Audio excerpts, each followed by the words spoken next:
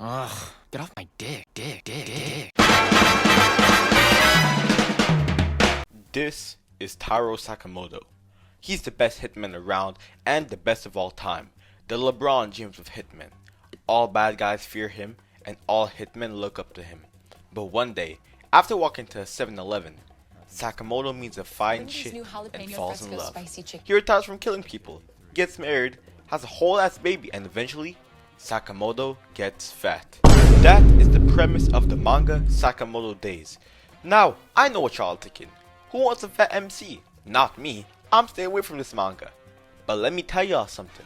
Never judge a book by its cover, cause Sakamoto got a hippopotamus build. He looks fat on the outside, but I assure you, he is absolutely jacked. So it's been 5 years since Sakamoto fell in love, and now he owns a 7-Eleven of his own, with his wife, and off topic, but Sakamoto must have been active and speedrunning the family life, because his kid is damn near 3 to 4 years old while he's been with his woman for 5 years only. I'm just saying. So it's been 5 years since Sakamoto fell in love, and he owns a 7-Eleven of his own now with his wife and kids. And this good old delinquent pulls up whilst this child spills a ball of ink all over his white pants.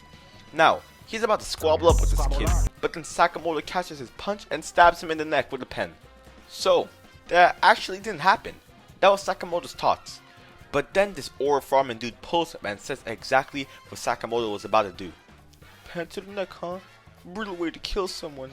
You're as sharp as ever, Mr. Sakamoto. So, that was Sakamoto's thoughts once again. Basically, this dude is called Shin. He's a psychic and he can read minds. He was also Sakamoto's sidekick, so I'm kinda surprised that he didn't recognize him. Like, if Sakamoto wasn't so strong, I would've scrapped with him. Basically, Shin is trying to bring Sakamoto back into his old thug, King Von ways of crashing out on people.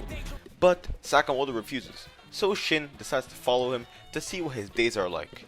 Sakamoto is a good man now and is using his overpowered abilities for everyday tasks like tree grooming, feeding babies vegetables, and turning one ball into 2 balls. And yeah, I know this is just an anime, but let's keep it realistic. Y'all are starting to make Sakamoto look like Jesus.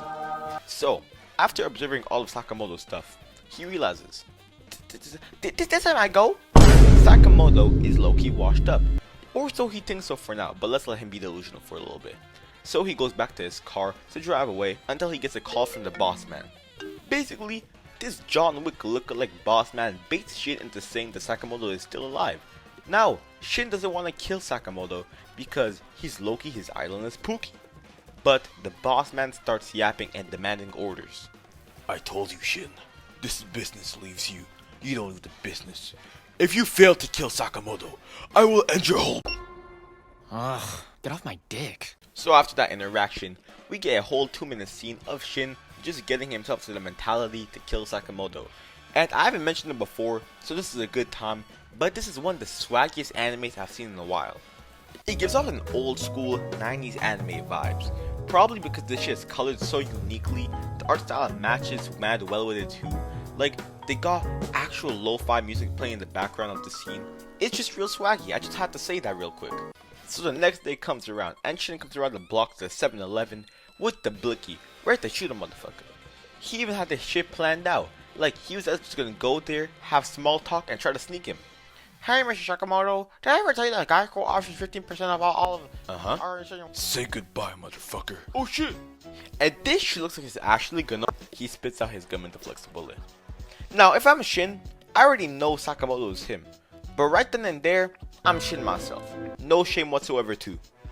This dude Sakamoto was using gumballs and rubber bands to shoot Shin. Like he's really him. And when Shin's about to shoot him, Sakamoto beats him with a cream puff. Like I know I said that shit myself, but I'd be pissed right there if I get beat by a cream puff. Shin ain't got the time to get pissed at though, because that cream was a distraction and Sakamoto sneaks Shin with the Alex Pereira head kick and puts his ass to sleep. And before passing out, Shin realizes, this nigga has not lost a step. Now picture this, if you lose a scrap to a dude that you're trying to kill, it's safe to assume that he's probably gonna pack your ass up after knocking your ass out, just like Kurapika. So imagine Shin's surprise when he wakes up in Sakamoto's crib eating lunch with his family. Like, Miss Sakamoto, how are you aight with this? This man just tried to kill your husband. Like, I don't know if I could let that shit slide. Anyways, after eating the meal, Shin realizes why Sakamoto left the force, cause this shit is gas. He has Shin feeling like that one dude that was crying over eating chicken. So Shin decides, hey man, maybe I was in the wrong. I gotta go and protect Mr. Sakamoto myself. So he pulls up to his boss, aka washed up John Wick. And Shin feels bad from the previous night, so he makes a deal with his boss that if Shin kills himself, they won't end Sakamoto's days. Pun fully intended. This dude is dumb as hell though, because he admits in his mind that he's lying. Like, how are you not gonna remember the only dude on your squad that can read minds? So Shin is like, oh, so it's like that, bet. And he starts throwing down.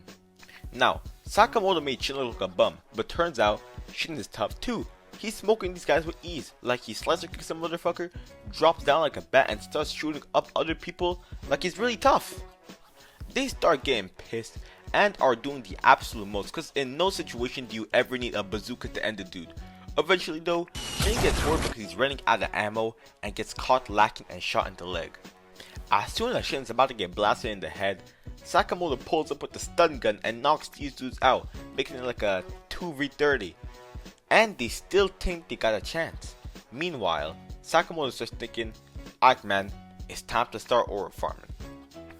He starts beating up these dudes in the most nonchalant way possible and pulls out his chopsticks, turns away and catches a bullet with them.